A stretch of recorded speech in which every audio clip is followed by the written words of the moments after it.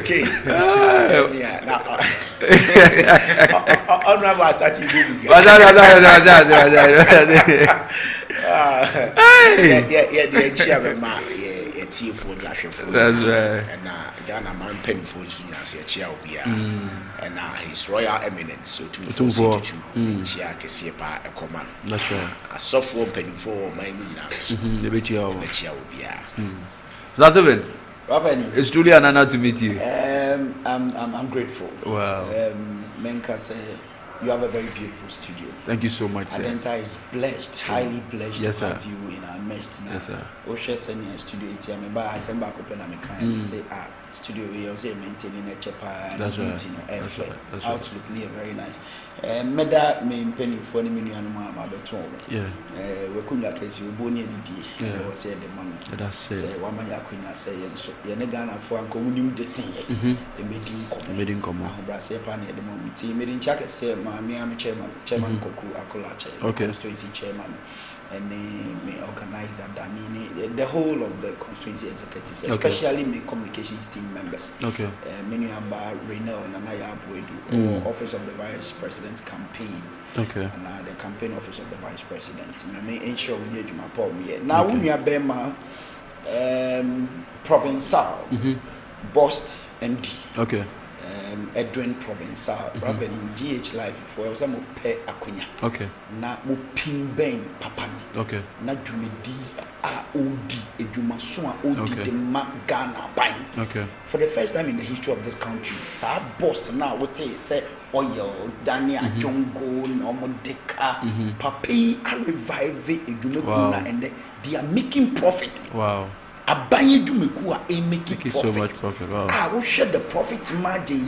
Man that supporter. Trust me, that 3 billion loan. If you give Provincial 5 years support, he can make that $3 billion for Ghana. Wow. Amasa Bossian Bonnie Nyoma. But in His Excellency the Vice President of the Republic, Dr. Baunia. Gold for oil or the buy a bois Emma Bost, a Jumedico, and a Juman economy. Yeah, but that was a baby, Stephen. Quick one, where the Mr. Stephen, Mr. was saying, since you are part of the MPP communications, currently the MPP has been on the news from your looking out for flag bearer, Moko, and Sembebre, Adenimo, Ijakon, Cry, they were supposed to go for runoff later. But change akosi onu kra de we nyam run off ni biem nim so okay aka Alan aka Baumia aka Kennedy any other ones ye hunya ne say Kennedy see showdown bi yet showdown na Alan so say wa twene ho. Not only that MPP yes mon crofo bi akoye dede wo UTV. Not only that a whole lot MPP has been on the news lately. What do you have to say even in Accra? I think one of the professors stated that NPP has been taken over by, I think Mr. Dauda really emphasized on that, has been taken over by corruption and deceit and lies and all. Please, Enra, we were here, the headlines were clear. Yeah. Professor Carr said the party has been taken over by all of that. No, and the answer and Ryan come on some. And Ryan come. I think it was 3 days ago, yeah. 3 days. Okay. But are you talking about Nyahotamaklo stated the corruptional aspect, and then Boache Jaku spoke about the party as a whole. And you were not here. Okay. But Mr. Stephen, 30 seconds. Now let's delve into what we have. Since you are an MPP communicator. In 30 seconds. In 30 or 1 minute, let's do it 1 minute. The party's policy is to liberate the energies of the people for the growth of a property owning democracy in this land. Should be dedicated from JB Dankwa. And then I'm Dija. Okay. Do you go to party not a so the only political party in the history of this Fourth Republic are Omaniswa say Ghana what it takes to turn things around. Okay. And that has been the tenets, the four corners of Nana Danko Kufuado and Baumia Abanya Udisu Sisia or Margini. Because the president Bibano Bekacha said Ghana beyond aid. na ne nneɛma a ɔyɛ nyinaa kyerɛ sɛ ampa Ghana beyond aid. Trust me, at the pebia Ghana ni bɛyɛ a ɛde nkɔsoɔ bɛba no nkekawa ɛden ɛwɔ ho. But sɛ wogyina brane na woyɛ focus te sɛ neɛ Nana Addo Dankwa Akufo-Addo ne n'aban ayɛ focus na trust me yɛbɛka ɛde bi na meka asɛm bi nneɛma pa a aba wɔ Ghana ha nyinaa no ɛba wɔ MPP din mu na saa nneɛma pa no nyinaa nso ansa na ɛbɛba no wohwɛ the vilification the propaganda ɛne ntoro a yɛbɛka afa ho no nyinaa at the end of the day na aba abɛyɛ neɛ ɛbɛboa Ghana for and you can name them the free senior high school the national health insurance Ghana card all these things ɛyɛ nneɛma Oshe baby a Ghana echo with the direction being given by the president. Now, it's just a Ghana echo and your mapebi na kwa maybe so but answer na Ghana for better I said one thing we are lacking as Ghanaians or Africa how we communicate all these things to the good people on better ahead of time grants and implementation ahead aba into what I want to tell you is say near kosu nyina no e was say koso because omampeni Kufuor can say be said this party called MPP yet the democracy and try to form Nana Addo say he will prefer to go for an election than to be given the opportunity to lead. In the democracy media the portion is that yema yano kasa yene ye any showdown in no ma okike nyina no enye ne beboa ama Ghana ni a otie ye no obenya gidie ewo mu because as we speak the truth is that Ghana for dodo na omonte ne ye na se no they are beginning to lose hope in the politician. They are beginning to lose hope in the politician. But that's so much. And no, was said, yes, sure. Mr. Nana, education as I'm doing normally. Me toma on him standpoint. MPP as a member of also. MPP. Yes. That would be a bad idea. The woman is said, dear Coswina, no maybe who is said, a MPP a democracy. Okay. The entire mamma Kasa and say, say, a could be any or more say, on person would be a manual coin anymore. It is a what's a fat says, so dear manual coin anymore. Throughout the process, and I hear from a dear court to a ban a leader. Nay, Crofono or more posture or more behavior, and a bachelor. Say, as soon as we fatter. It is a uja woman, no be a can send or motor to a young piazana. At the end of the day, no, and my yard.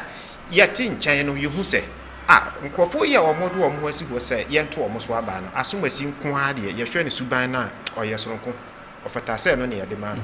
It is a way your delegate I walk up to Aba. Who will be also a good party?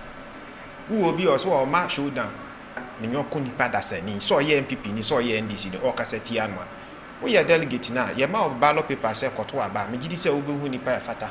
Yes, as I did a manual name at the car corner. Into the course we now, a kind of selection process. I may you who papa or woman, I beat me at the end. Nevertheless, Nana, when it comes to education, they are normally, like I rightly said, one name, Mr. Amponsa, since you are educationists and social communicators. Nana Addo has come out and he stated that 115 billion goes into education since 2017. SHS take 12.96 billion. Akufo-Addo. Generally, with regards to the educational sector from 2017 up till now, free SHS buy and everything, has it been overly positive like the way they make it seem?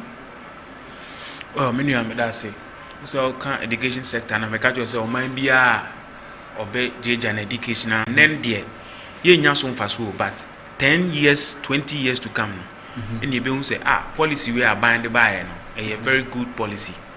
Nemo de bia make say loopholes kakra na ewo mu no na wo se nka ban no timi hwe na o ma na ni ye den eko ho minim say omu ye bidie if you say asema na Addo kan it is true.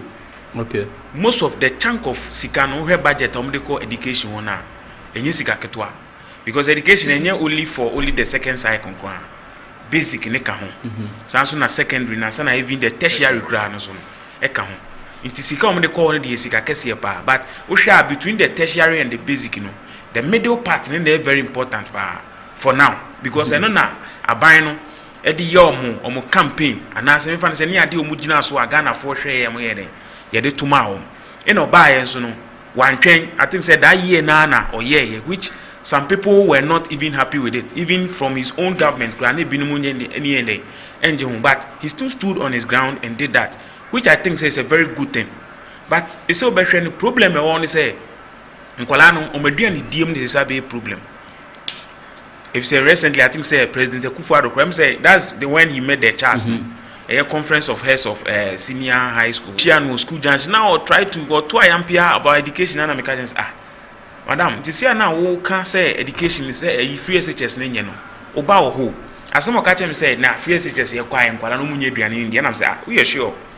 But me investigation kakra, which it wasn't all that true, but from there, since last year, Bobo Bani, you know, him say, it's true, I'm say, duane no, to say no. Intimizu nye den, enko. And now share even a duane a omo de man kola be didi anopa obe didi area obesan den edidi anwumre anopa metie me kan one of the news in kwem say a day no per child be some spend 10 cedis am say anopa area any anwumre na am say other ones be so san ka ho so what I say intinu me nim the reason why ntia aduane ne den enko na every time bia na say every I ask myself what is the problem there. If you say free education in Ynan Besha, dear, Ed Jessica Sentino said he had been suggest here, and say free teachers by and 6 years more, say 7 years money. Me assure say buy an Kasa certain Nyoma Bia air cost war, me assure say be any day. Enkoye say if they have to review certain aspect of it, I think say they should be, but which I know said this government will not do. Because for now, no, we share na Akufo-Addo na benya adia make makaso betimi dia boast no kese so yeah some aspect of it, some part of development or other aspect of the certain part of the economy ne other way but we share dia o megina so ebe ni legacy kese pa no e free SHS it makes stress say omo kono e bia next year say Ghana for be san renew mandate amomu say o mesan atena ben mu no I'm hoping say o metimi aden I work on these challenges na eden e koso say the be ya enyoma sa no be de be for say aduane de anko a nkola de complain will keep on coming if you say akola no ndidi e kro ntimi nsuan de intinu mesress aban no momodian na omo hwe say no na who supplier what is it and what I wanted to talk about was the perishable goods no which I think said they earmark 4 cities for that one that is oranges and other things if you just touch on the free SHS anyway in education and seminar now Aisha 1 no first start in mind then Mr. Dawuda Betua so now we will stay on the Aisha 1 no then we will go into other things President Kasa for free SHS you know, and I think it's one of the good policies I think I'll commend him for it because before I think the free SHS you realize every year we are now quite a number of people are we are qualified or multimedia access and as they are not able to get to the secondary schools and no in a way you realize most of the secondary school that means and I think these days what I share normally when I'm only few young ones I think say go abun so yeah I think when they started the free SHS it was one of the things na because you say if indeed the impact now say on my penny say and indeed you realize young people most of them have been taken off the street I am more they say more pass here omutimi eco secondary school na omusu omaniswa dey who said that you know obetimi abeye penny bi no em so etimi abem I think the problems na aya na menuane kan enu nam so aban no ehwe na omutimi eye dey edi ho djuma. Then again, I think there's one thing man notice and I realize, especially with the prospectus I are not medical school. And no idea about quite happy. A happy part because we share the tall lister. I are not a beam normal or movie side because say you know secondary school. those are my because I say hey says I know my baby and now I am so this time emoji and you be nanka emoji a time ke be hard enti a honum mesre say because I know so you one of the ways I awful because they complain a lot about the list no it is I think say policy makers no the Ghana Education Service near won't try no more share na no maybe a wha you know so betimi I mean at Tishua na boa awfo na and so no ebeye ade a ebeboa ti mesre honum there are few challenges e wo e said that mean you can and no but on the whole I think say the free SHS in India. It's a good initiative. I think say a baby of a ban also friend or twice now. It may acquire me and more friends so the opportunity. Almost to me in the needed education. I think say na me kan. Over Aisha one. You see December and you're basically no say. Omuka say nra. 12 and no yenye ni. You see the code December. Mike. Masima make nyina ne say. Oh my see a chichiro maya what you say what chichiro my own mind no ehun because sabi we saw question say a dear in the bar ya ye chi the 2018 the man call dear in the bar what you say be free the crew aba say insuo say wasase say unoma ye chi na sebi omunkwa ni nima de kurunte ija no koy nso koy no asaba because in kururu wa unu say mu ofu etino sebi you can always maneuver your way na why the ope because you be at me more and count the check enunti and onya da audacity so obesa baby no abaye de oye o dey say ya maye man no ho do hian na de bia so nipa badwini ni botom ho a saa no man be ko be say e some people say de hoho na chichiri kuru be wa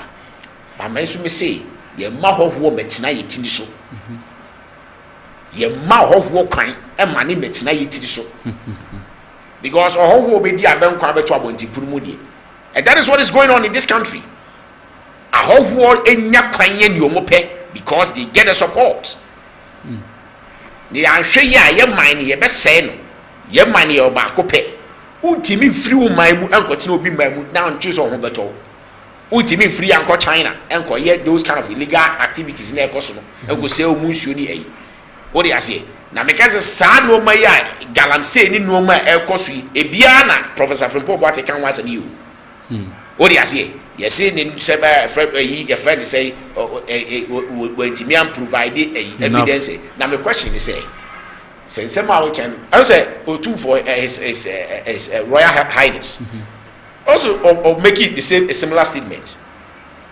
say penifo bi ni wa enti no no so di atro enye no kure enye no kure I say yet se wo mu dada ye ho ye mpe no kure eti sabio abofo na na fi soro eba betu galamsey no eba yensuo nyina asai ye bibia ye hwe ni yo na ade bi oni pa obeye no aba bi a obedua no betwa enye wadwene se obeye bibi na abefa ho adi enne na ebia betimi afa ho adi oti ase ye ma oman ne ehuhia ye ni enya odo adana me kase hwe se ye mpanimfo a omogye oman to ye na yasase ni omogye oman to ho in the 13th and 14th centuries no more na sika kokko man na ye ni enne omutu omusu because no se komu tu sa e gudie ni nyina census no sensuo ye bibia no mo adi ni nyina akọ ye ya ba betena ho o ma preserve no ma amaye enne ye ni odo obia pe ne ho anyantem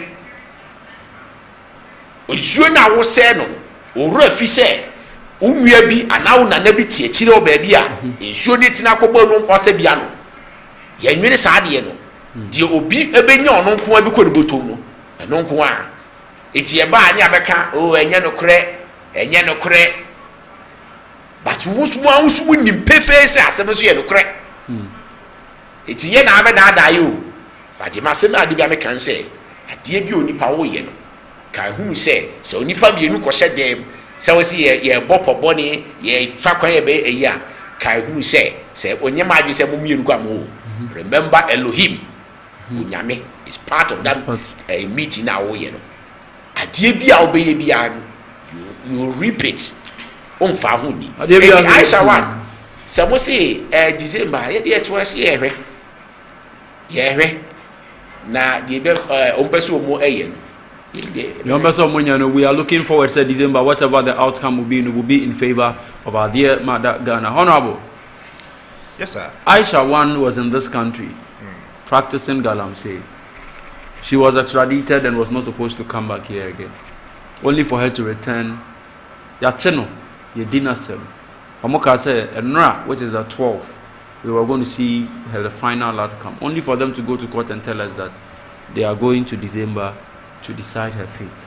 Okay, I think sir, yenya emema court because so omo Kasa no kan nam krum twimu me na omo esen postpone aka ha adwen kakra.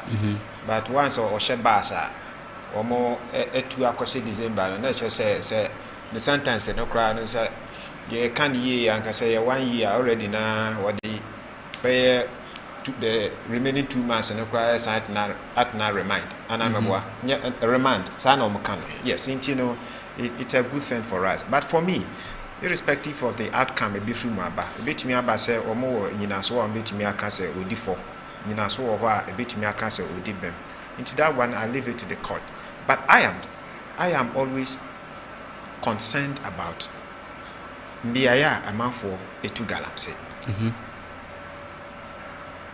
Sabio ya ne ka yesi aban na obi ade na adwen akwakosu aban na nado dan kwakofo ado ti Jubilee House ha baby o motu galamse no onti ho bio hwan mo net baby o motu galamse nyeti memufo na wo ho na wotina ho na ho ho free China etumi ba wo asase so betu goda mo amate ho mu ni mu bi China ni awa wo hwe ne kala wo hu se ne kala na onye bibini na waka so bi o ye Ghana ni ko Otumi free China direct eba ekura bi asese be tu galamsey wa ha na wa ba setting the machines up excavators ne new match and fine bibia na ode abegu ho timamufo te ho ene nokra na eye adwuma ye wi ane ye de sombo na akoba aban but enkrofo ya wo kase ya honorable omode machines go see enkrofo answer some of them go with permit in their hands. Yeah. They don't just go. So or your permit onye galamsey. No, some of them no. Honorable. City, listen to me carefully. We are talking about galamsey illegal. What of those who have permit and still do it? That's all permit or permit. That's all honorable or permit. Now you see you don't check the activities of those people and they destroy the water body. No. Aisha one case now ye dey cancel. Aisha one only permit so be to galamsey. But who can generally say we no see Aisha one no. I am saying so what eye galamsey nyina no. Before so on be to galamsey no, omo ko ekuro bim e na omo ko yes adwuma no. Kuromafo omo enim. Say nipa na obeye sa ade no, omo mpene so nipa no tumi meyeda. Sometimes crowd obey wadwin so aban won fa soja fo nkogu ho no na omo so omo kra ya omo watchman o nkrofo no omo ba o na omo apa ka omo ni omo akọ share man fo fie just nkrofo na nkasa na te ho no omo nkasa na eso so ade so nti na ekoso because omo fi say omo ye galamsey na amrante ne maba wa ewo krom no omo nya bibi kakra di omo ton ade to omo ade that's what is happening. Into whatever effort you put in ekwa na akoye nkobesie aban na for me there eno no the modis boat bi ba ya operation Vanguard for mo de na msio so chichen kofo pam manfo because aban pese be koso enso no timamufo na edi wo mo na abeti e ma mo disa adwumadi no inti ni sade we be ya we otufo na hemfo bi watu o made so I believe so ya we dent no otu o because o mama kwan e ma galamsey e koso wo mo saso adan na otufo anfa na ni bran kwan kwahye aban no tu na hemfo asasi bia o Ghana ha no hini bi na hwe so itu wo hini wote ho na so mo ye galamsey wo ho na wonim ho hwe ya wo betumi a report wa ma government say na be ya otufo anfa ne sankan but hemfo na nkasa kwaje wo mo hye nti that is our problem. It is anya ya adwin say timamufo ya nkasa ye be ye o man yi ne ye da bia ye de ani besu aban ne ye blame aban na wan kasa woto ho ne ye ade no wasa so woto ho ka aban asem yan fancy and stress one Kasa de ye protect it nti sa aban kra na ama otumi krata se be ye kra ye de ye wo ha ne ye ntum pak mu ma free ha kwa aban wo de na obetumi aye do kra na permit kra se timamufo ohin na wo ho ana atena konwa no ene timamufo no se ye de ukura permit ye mpane ma wo ntu gold we ya asase so free ha kwa oni tumi bi oni otumi nye poko aban tumi nka se wo de soja fo be kunkun ni pe wo ho ama ni pa na to gold nti power no we yan kase yesem honorable possible sir when baby esi maybe ni baby a wo betumi a check wo phone so sesi ya that was the year 2008 check it our me constituency mine company buy o mo buy o mo kite wo mo yi kroma for sorry ye free teleku because wo mo no police fo kun ya asem kase pass o be kaya wo mo so mo mpeni womo ko hu president Kufuor at the time no kan tro mo say ye de minerals commission o mo ama license no but ehofo no so mo nji ntu ma ono de oni bibi obeye so de na maso until say NPP lose power call ye NDC for buy no e na sa de no mo fa akiri ne nkofo bi lobby e brabu bi mu ano mo jitu mo ye awo 2010 2011 nto mo tumi ye ma ne ye nti se be ye ya na free SHS na nka pese meka bi aso meka kakra you see aban abako the only policy a metumi akasa aban aba waya adama kuma so aso mani jo ho I will forever be grateful for the policy no for the rest of my life am gidi se me makra so be di ho adanse no eye free SHS okay because some of us no sikanti e kato na bro nkan ye de ade e friend school de nkan ye nkobi because next can ho na fie nye se be ya ubenya day school kra ko se no de ye ko han dan e wo krum se wo de etena krum na de e che dware na ko school kra ko no scan kra ni ho if I tell you my age any stage me do ya me we high school kra na you will not believe it. Meanwhile, he and I we JSS to meet na fee for not less than 6 years. Okay. All because of his Kasa. Sana me san go school back. After say meet na fee ko na mu ko di pa ni ade fefa mu a na me nya me bi kakra na me am ko tua ma admission am ko school. You see? And the program we buy him. Anya ye kra no. Me kan say me mama you know aye beneficiaries. First one we our university as we speak. The toso no one also a SHS here or a technical school maybe. No also here electrical engineering. You see, na metro prospectus near mam tutorial. Aye new ma kwala na kasa air code CC and who school. The panties, the singlet, the pabwa, the brush, the towel, seminar, a friend said, sponge. Any those in your man or woofia on one use. Dada ni danina no use on and wabi. And I'm assigned to talk man. It is a me to me talk for Fran. Need dada no one. I say, would you see fashion on your manafako? And one I'm to man. But to talk man now, Palano rest school. I will move on friend so that. Adriana no so you into no na my bibi kakra man say na fa check how far. Won teacher bia ya no man teacher na from no me akasa na my mu mama no na eja o de hwe how far. Enti no kakra akola no okọ school ni bi. Ba san kan ebe ya me dadwin se se sia no mo bebie school bi mu. Me kwa peska na me ko to school fees na sa dadwin ni me su biem. Ba ko na wie no that's what happened. Enti I had my peace of mind for 3 years no go school. I'm be and also be a graduate. Wow.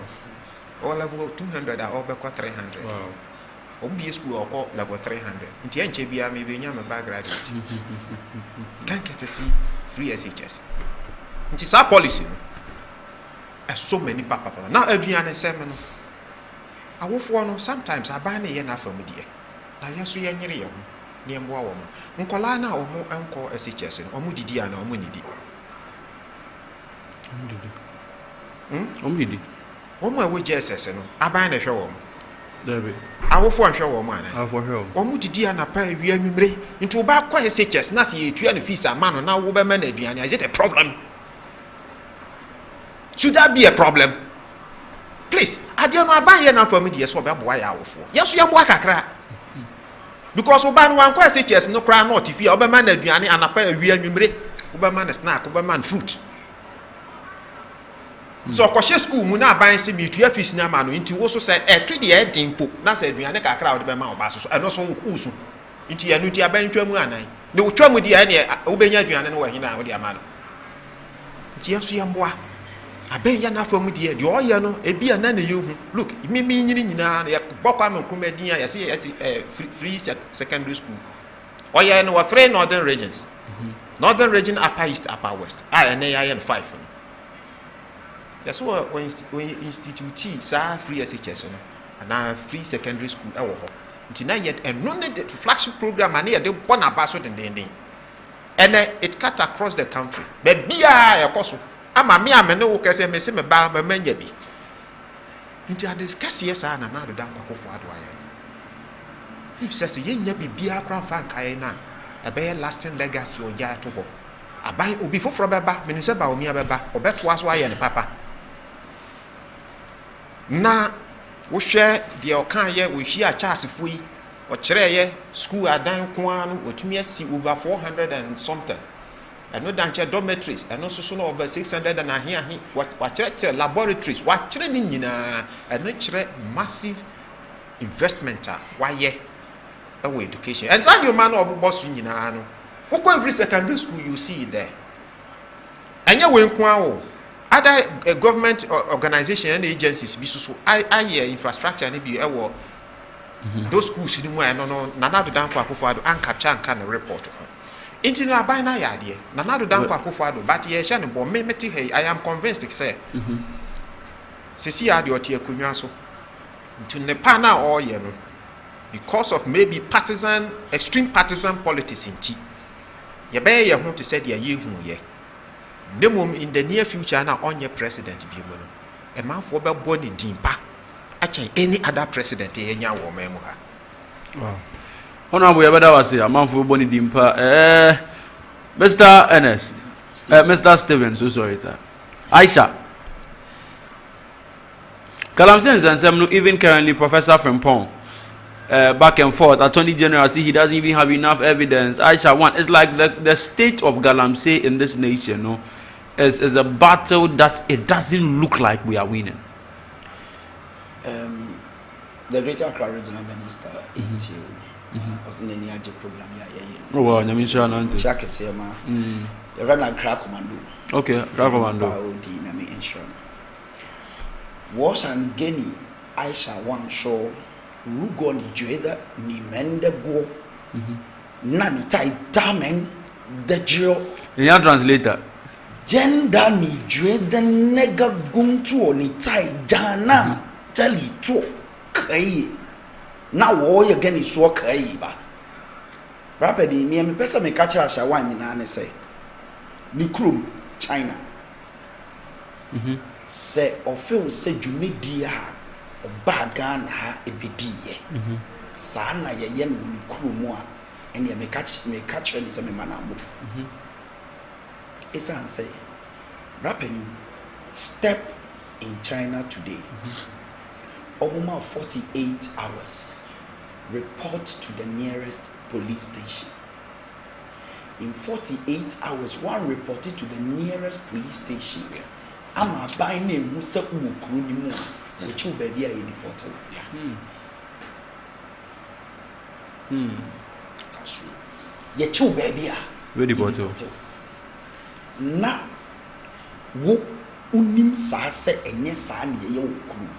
Na waba on my be say ye gi ahoho Ghana de ahoho gibia ye de in fact we are more than the Pope se ba na nyame sumo na wabet no man ukro minimum kurasi bi ekurasi o e wo China brapeni udu woni e ka kire o say ekurasi nsuo nie ye de aye tourist attraction restaurants e wo so na ye ko hokoji yani na ensuo no eye krogen se pure water yesi na wo fi China uhu se eye ema ye mu bitua ticket eko ema waban enya hu sika e de hwe wukuro no ma ne ye fe na wo bagana ha na obeye adwuma bi aka se ma nkuro bi so fo bagana me ye adwuma but wo ba ha na wo wedwuma wo ye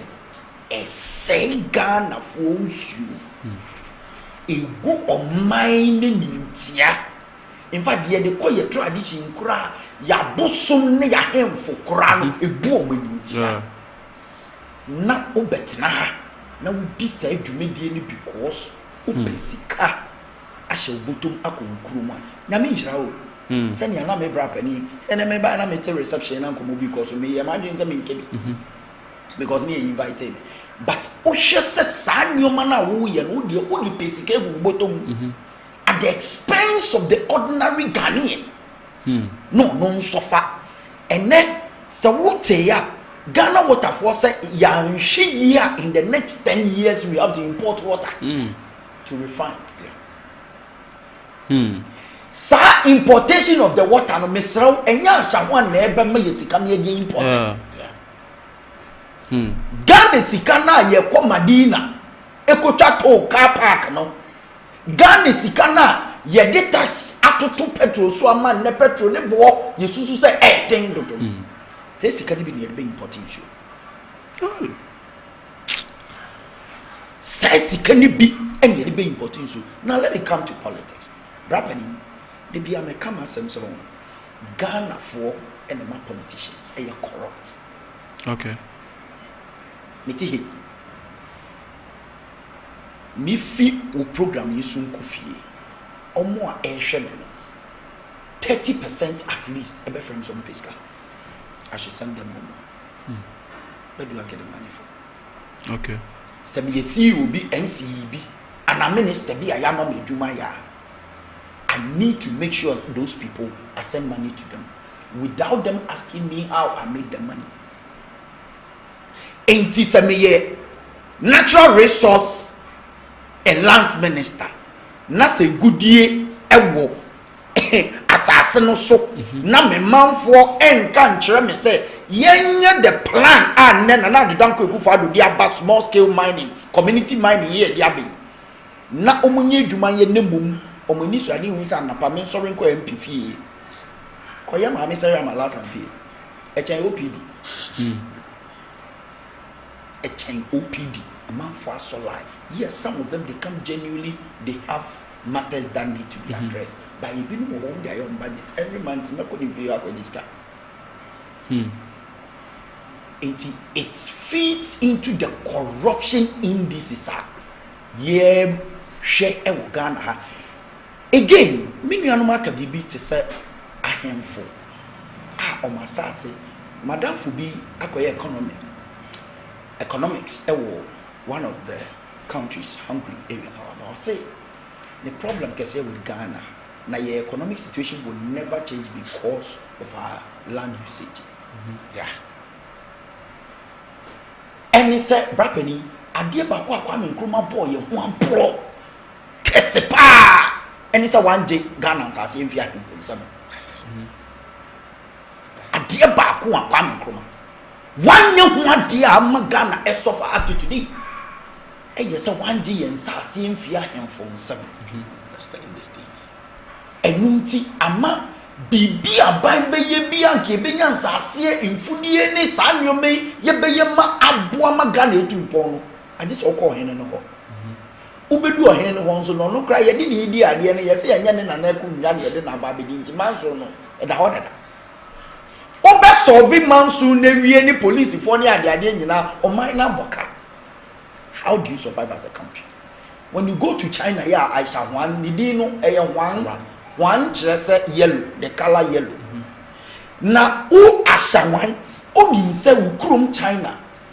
Estate akesieni nyoma abani ye nyinano. It is out of royalties near the land owners, no? They don't own it. It is a waba. Na se wo be pass ase aye na memfa ne say In fact, I was reading something. According to some of the statements captured in the media outlet, Onim said, Ashawan, let me quote this one. It is said in the year 2017, Aisha was arrested for a similar offense, but she managed to sneak out of the country, averting prosecution, and had allegedly commenced small-scale mining activities without license. Enti dwumedi na obayo obabeye kra no na oni hutumi krata now area ho ne your municipal chief executive your tax force municipality bia e works tax force where be again ti memufo amote ho amunso mudi mani ehun se enkrofo bi ye nyamran nsam a activity na omo ye no seni omo ye no ekoye nsuom esai no esai ye forest munso ede na we fa. Does he have to take government machinery and soldier for? In fact, soldier for grade it is said some of them were even compromised because of nipa. Sure. Oh, kono ne yire beka kire ne se me wa ha o kono fesika ye den ebe fie ni refi so o kono abanya ma na allowance sa ene eka na ketua ho enso okwa akopesika tutudi aka ho eno no beba ma ne yire abo ne nsam ma ne se waya ade sa soldier ni no sa your friends in CID no rapeni o ya sorry penny o o ya sorry penny ya man front seat was sorry auto collection akese into your software political ngesi no o baban so boss abanya anhwema na nyi na dwumedi a won so software wo ti asori dem na wo ma edia omudi sikaba no what did you do by ye dini ni na pia kubu aban so because aban na what to me say omo no betimi stop it granted that is why his excellency Nana Addo Dankwa Akufo-Addo say yede ade a from community mining. In fact, mining in this country is not a crime. E kwanya wo fa so a wo beye no no e na kire se wo ye nkwambone so ntie wo sa ban e ma wo jai ne wo ye. In today's community mining akade ne nneoma wo so mo de ye no e ma e ho ba mfaso de matemamufo ene aban e na sisi Nana Addo Dankwa Akufo-Addo through the Ministry of Land and Natural Resources we cannot be labeled the biana yesu and these are our challenges without solution. So ye mo aban na baso na mum ye besre hwe me lecture bi de bia me ne ku e wo lecture ho or say Ghana's problem is leadership de bia me challenge they say it is not true uni me enye true Singapore say de bia ye bo man penia or revive a country na baso ya mo na baso onim so no ankasa ni nua bema o ma ye bonituo because we di o ma ni do.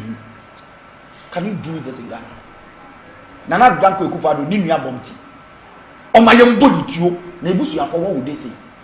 John Dramani Mahama ni nua Ibrahim Mahama na wa ba se okoti odo river imu no o ka se ye free so ye kokoshe imu no na wama aban na manisika o de tofu ogu ne tracks any excavators ni na we gina wa ka say ye mbonituo ni party for say ye mbonituo ni busu for say ye mbonituo ni now for will we allow that to happen in this country?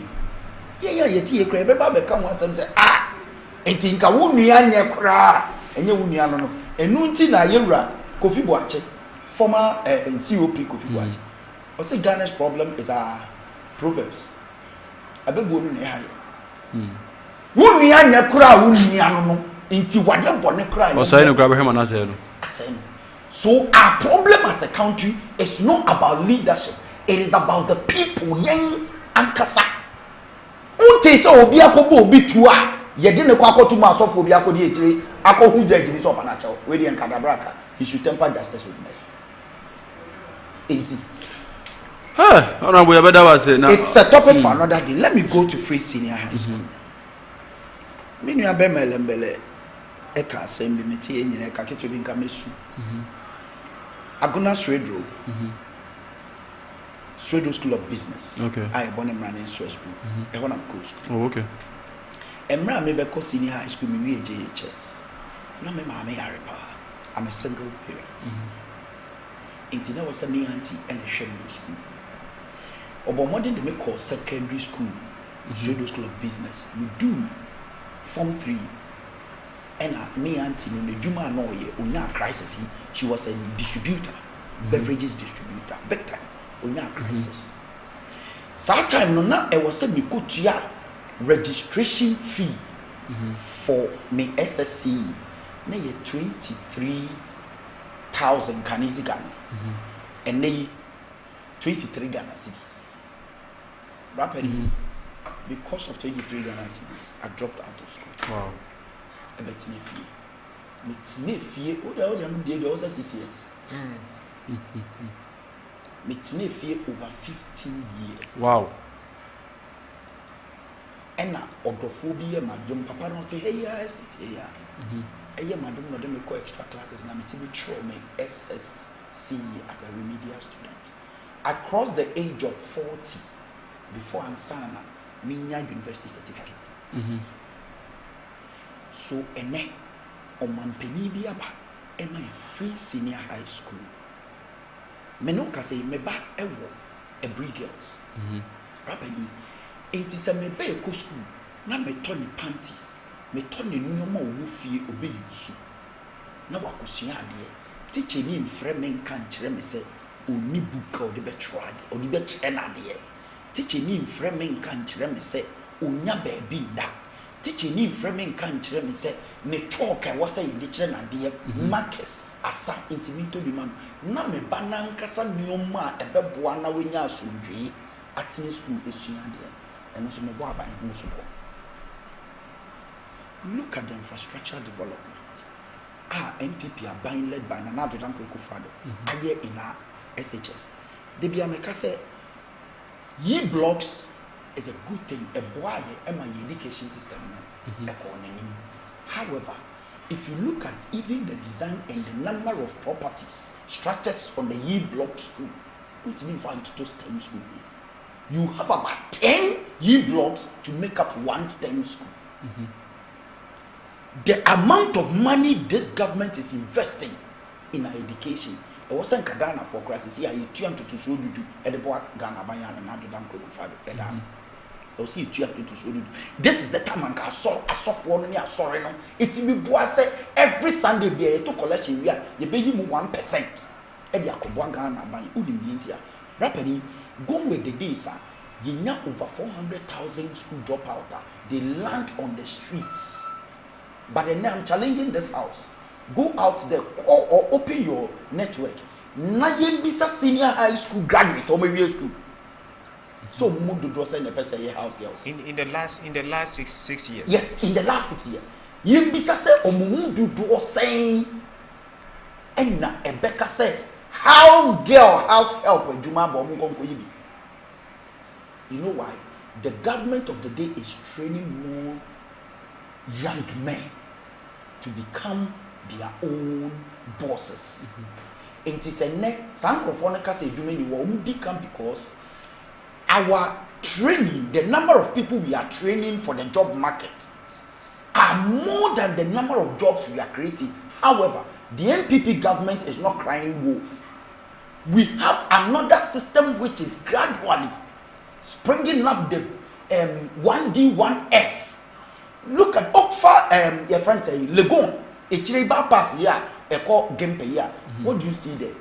Car assembling plant by Toyota Ghana and so and the engineers from Legon, the engineers from Takwa, the engineers from KNUST, and the young form of human craft, they have a place in Ghana to go for their practice. They have a place in Ghana where they can go for their practicals. Not just in conclusion, we are still on the free SHS Aisha one anyway, But quick one, I think Akosombo Dam, there's been massive spillage, and it looks like this thing happens every time in this nation. Na enkrofo no yakope bibi dia momo etoda cry to make catch from say baby mu pe baby mfa na kwabna ne ama say no asan ba be sha ase biem nana enna no galamsi asem nam ze wunya nka be kan ba mrenti ubetumi aka 30 seconds Not for Akosombo starting my we have about 15 minutes to run off. And the call lines no you penny for no common there. We won't be able to open the call lines for the sake. Cry time crisis it's been the one. Without time anymore.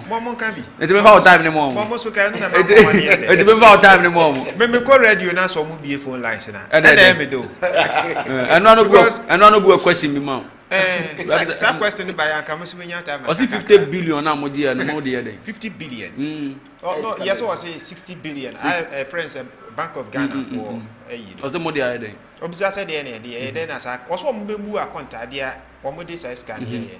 On the side with the Bank of Ghana for the Ichimunaba. Baby, otherwise I can give you the next week. It will be on the Galamsey one issue. Oh, say, we are not Macabre. Maybe problem is a Miss Moon is a fan him for no. Yeah. Your in case you Ghana had to be all talking about environmental, whatever, but the future need to Galamsey.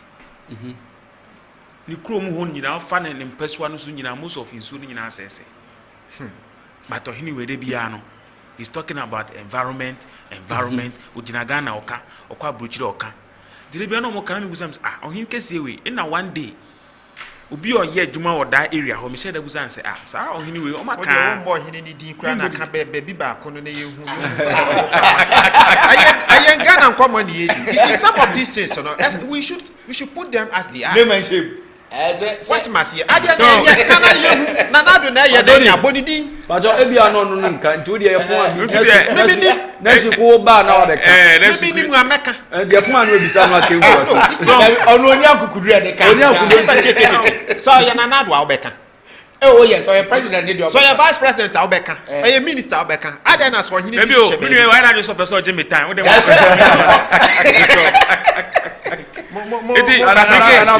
Mike, it's immediate they make an say problem needs to be ahemfo no. If you say Ashanti region me call baby your friend Watchimampo no a. Hon so call Galamsey na koso pa. It no buzam say inti ha say into ohini bia ni ha. Kromafo no obu wo ha onya adwuma. E na Galamsey so mo koye ho adwuma am say munya bibi kakra sika wom. Wo so mo ya den. Omunye sika pa. Masa say me na okay. Asa na o ka say gold ni manshia. Omunye sika na so mo bibi kakra. Sika wom pa. But I don't dey na dey yensuo na ye dey. Yes say yensuo. And the last time I catch you say so come mining areas now we need pattern about 5 of them. Either say omo problem with either erection. Yes. Rational dysfunction. Yes. So into ya dia that be one shot. Yes. Wow. Ya dia ha that no. Ya na besa be dey. E ba be han. Eye me nue o te enu ha. Wa kan sem bibira fa. What's that? So it no you better dey nya time na ye disc because of your rent discuss it time no Mr. Dauda ajimu 2 minutes it mameka akosomo spillage no em say menua sa dey we no dey bi akoye cyclical every year bia e ba it na ene what topic ni to we say it Ghana penny fonti omo ntimi me yemfa kwan bi so asa insuo na ya omo ye no etimi fa ndane ne mfa nye bibi fufuro ana if you say enya akosomo nko an enche bia bo se bagridam insuo bibie omo the northern part of Ghana also the same thing even in Krahaya Kraweja side wants to bia there's a problem people will be displaced and when they the NADMO has to come in the government have to also spend more money to do that it's anything for one same thing in your boat ni enka say okay mo am wo da enclave ho nyina no mo nyina relocate mo say sika na every year bia de be ye no ye fa relocate mo ye for pe be nye den e ma mo ntra but Ghana no oh yes okotu sesia e the problem ba in MPP 40 say in NDC 40 say but e was say na me nua me bra yi ka say yes Ghana problem near leadership we say sometimes we need a leader or a bolder oh yeah it's not about say wa buy na wo so say na Akufo Addo buy no see oh yeah so we MPP ni kura na account we NDC ni account but Ghana ni ya anka sankofo ni displace o nyina because akosomo issue ya ye ken me sure sankofo bebre will be displaced obu ho a ne dan ebebu agu adon dey one obebo ni din obebo abandi nti omo wo ho no na o say ye hu say okay aha say every year bia is a problem here nti mu no ye move mu nyina from here nti aban no so nye den onye bold nti ne ye do ye to abaye den e ma om so om nko ho no wo de emre nti me nua me nkasa bebre na me nua no so nka bi me da se bebre wafa Akosombo Dam Spillage. Yemre na Honorable Steven and Honorable Dauda and the Maya. 2 minutes near running. Minuane can on say Sabi Yadu be leader. See, sometimes you need to take bold decision and bold step. Okay. Also, I see a nya be a beye enna independent I be your mote. Okay. But who a leader, what you say, you have a certain vision. Sabi, or man penny